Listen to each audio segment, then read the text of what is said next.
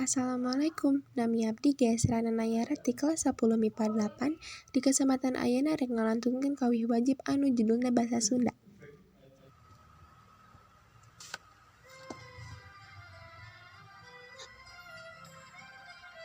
Basa Sunda, basa Sunda, basa indung urang Sunda.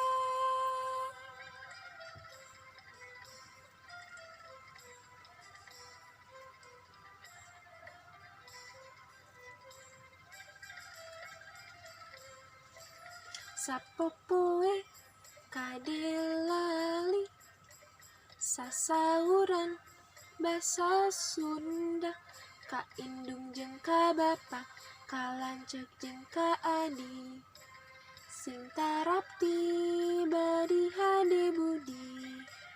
Basa Sunda, basa Sunda, basa indung urang Sunda.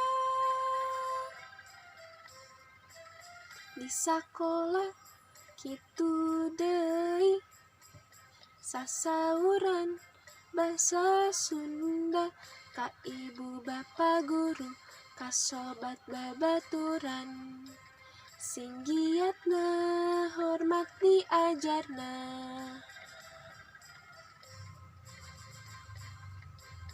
Diajar basa Sunda, diajar basa Sunda, titenan dina kamusna, na koran jeung majalah, sing ngarti ulah salah. Resep temen maca buku Sunda.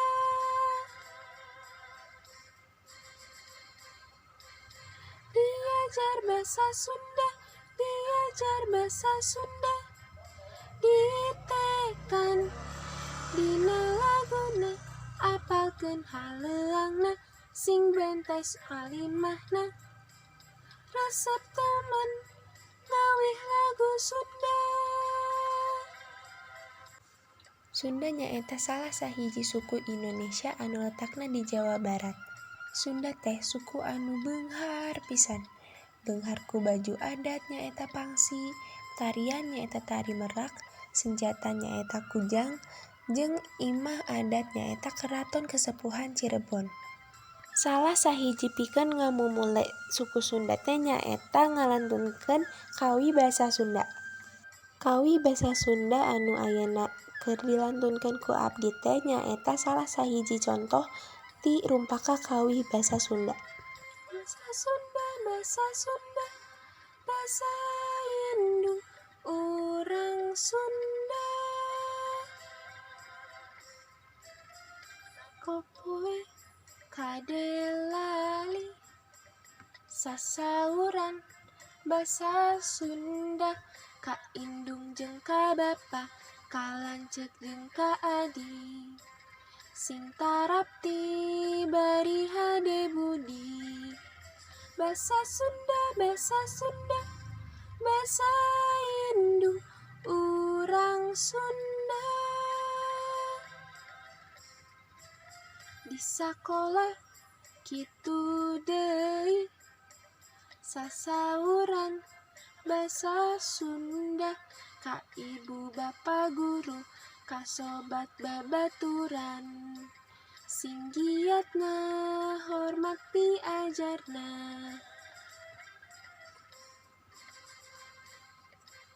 Diajar basa Sunda, diajar basa Sunda, titenan dina kamusna, ka koran jeung majalah, sing ngarti ulah salah. Resep temen maca buku Sunda.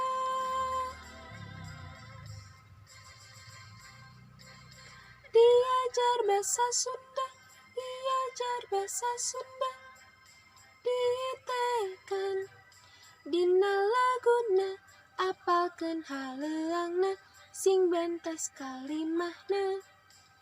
Resep temen ngawih lagu Sunda.